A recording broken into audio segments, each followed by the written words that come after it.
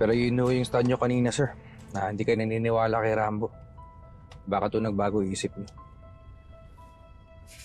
Hindi ko lang pinahalata kanina kina Oliver at Guada ang totoong nararamdaman ko. So mas naniniwala ho kayo kay Rambo? Ikaw ba hindi? Nawalan na ho kasi ako ng kumpiyansa kay Rambo. Hindi ko akalain na kaya niyang sigmurahin na pagbintangan kayo sa pagpatay sa tatay niya. Malala pa, kinalaban pa kayo sa pagka-mayor at kumampi pa kay Esmeralda. Kahit na alam na mortal na kaaway niyo yun. Kamagalit kay Rambo, Julio. Naipit lang siya sa sitwasyon.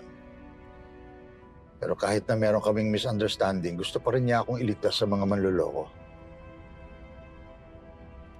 Ibig niyo ba sabihin, sir, totoo mga sinasabi ni Rambo?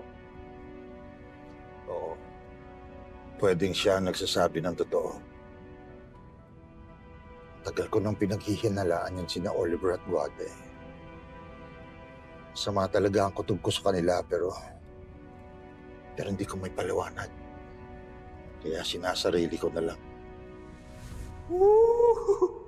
Tingnan mo naman to, Nay. Dami na nating pera. Teka. Saan mo nakuha to, ha? Saan nakuha to? Tinatanong ko ba yan? Sige, hindi na. Ka na. Oh, sumo.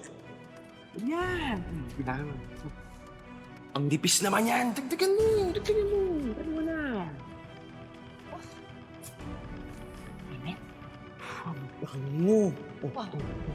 Ang init. Ikaw talaga. Kasilaw eh.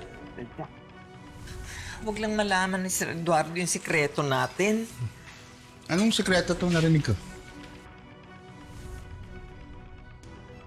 Di ko alam pero malayo ang loob ko kay Oliver eh. Ni minsan, hindi ko naramdaman yung sinasabi nilang lukso ng dugo. Hello.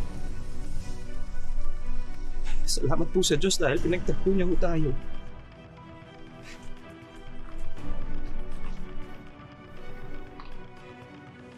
Hello, maraming salamat.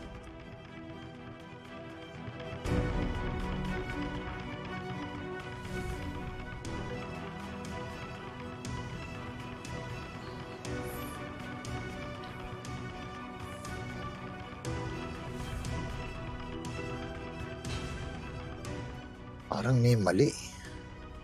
I just can't figure out what it is. Sir, baka ho, may pang tao sa likod nitong panloloko nila sa inyo? Di kaya? Kaya nga gusto ko makausap si Eileen. Gusto ko marinig mismo sa kanya